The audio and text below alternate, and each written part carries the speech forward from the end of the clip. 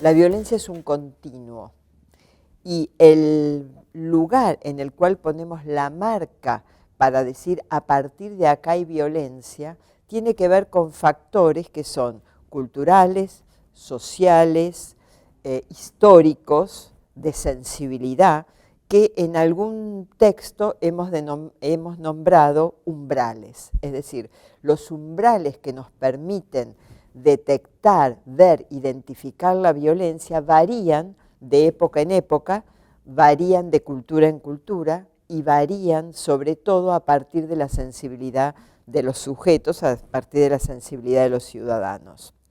Es muy importante sensibilizar en aquello que denominamos violencia porque tendemos a dejarnos llevar por mecanismos que vamos a llamar de invisibilización de la violencia,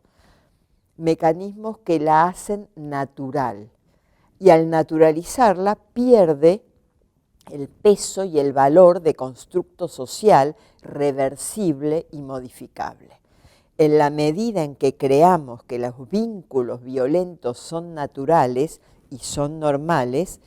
poco vamos a hacer para modificarlos y para verlos desde otro lado. Y el primer vínculo en el cual nos manejamos todos, estamos inmersos culturalmente todos, es el lenguaje.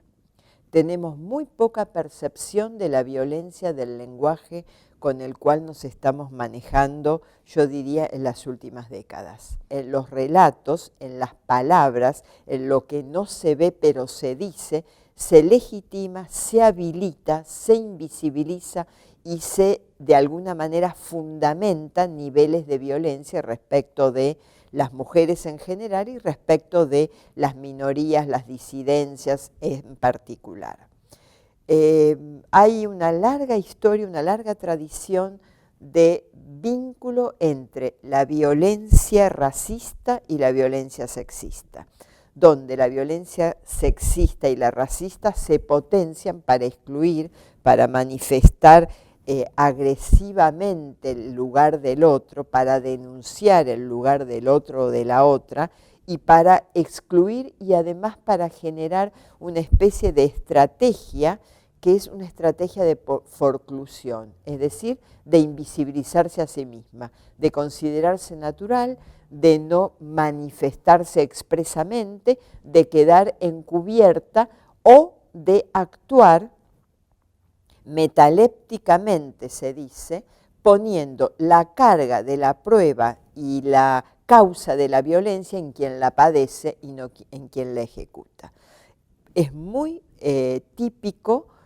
oír, ver, generar discursos en torno a el vestido, los horarios, las zonas de circulación, etcétera, de las mujeres o de las jóvenes, sobre todo de las jóvenes, que son modos indirectos de encubrir y legitimar la violencia que se ha ejercido respecto de ellas. Todas sabemos que hay cierta edad en la cual la mujer es más vulnerable porque es más deseable, porque está en su periodo de fertilidad, porque es joven, porque se está formando, y ese es un periodo de mayor vulnerabilidad donde lo primero que se controla es la ropa, los horarios y la circulación. Hay una teórica llamada Paula Sosa Rossi que habla del toque de queda invisible para las mujeres. Lo primero que se pregunta es qué hora era, con quién iba, dónde estaba, cómo se vestía. Es decir, controles sobre su cuerpo que no son controles para asegurar los espacios y liberarlos de peligrosidad, sino para culpar a quien los transita por haberlos transitado. Es decir, lejos de generar o asegurar espacios libres de violencia o libres de peligrosidad, lo que se asegura es el espacio libre de circulación de mujeres, lo que indirectamente pone a las mujeres dentro de un cerco que puede ser el espacio doméstico o el espacio familiar o el espacio recluido de la casa, la escuela, sobre todo el hogar, ¿no es cierto? Ahora bien, vamos a llamar violencia simbólica a todos los discursos que legitiman indirectamente o invisibilizan la violencia real, fáctica, existente. Por ejemplo, los discursos de inferiorización de las mujeres las ponen en un lugar de mayor vulnerabilidad. Los discursos que desacreditan las capacidades de las mujeres las ponen en un lugar de mayor vulnerabilidad. Los discursos que critican su ropa, sus capacidades intelectuales, su carácter, los espacios que recorren, las ponen en lugar de mayor vulnerabilidad. Esos discursos no pegan, pero legitiman que se las pegue o se las sancione como modo indirecto de cercar el espacio de su libertad de movimiento, de su libertad de creación, de su libertad de pensamiento. Ese tipo de discursos suele pasarnos desapercibido.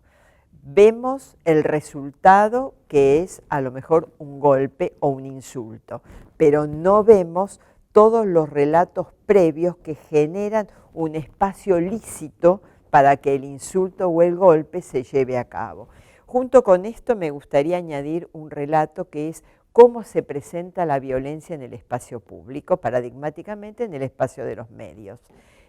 Últimamente hay lo que se denomina una espectacularización de la violencia, es decir, hay una especie de generación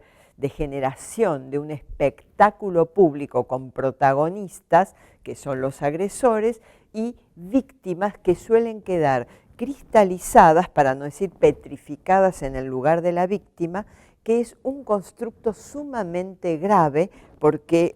da pocas herramientas para salirse de ese lugar de víctima. Es decir, una vez que hemos construido un victimario y una víctima como posiciones inamovibles, hemos invisibilizado todas las condiciones de posibilidad de su emergencia, hemos invisibilizado, todas las condiciones que han hecho posible que esto fuera de esta manera y no otra, han invisibilizado las posibilidades de prever y de revertir situaciones de violencia en muy diferentes niveles y de alguna manera indirecta ratifican un constructo asimétrico que pone a unas en la posición inferiorizada de ser víctimas y a otros en la posición de ser victimarios. Cuando digo víctimas y digo posición, me refiero mayoritariamente a las mujeres, pero también a todo aquel que ocupe un lugar feminizado. El lenguaje violento habilita otras formas de violencia. El lenguaje insultante habilita otras formas de violencia. La escenificación de la violencia física en términos de quemaduras, de arrojar, no sé, aceite o arrojar querosén, incluso de matar, la repetición de ciertos parámetros como si no hubiera posibilidad de generar otros, de alguna manera reafirma como una conducta aprendida que la única salida es la violencia y no el diálogo. Entonces me parece que son muchos niveles simbólicos sobre los cuales hay que trabajar para revertir aquello que suele ser lo único que vemos, que es la muerte, que es el caso extremo, o la quemadura extrema, o el golpe, la rotura de un miembro, o directamente la descalificación sistemática.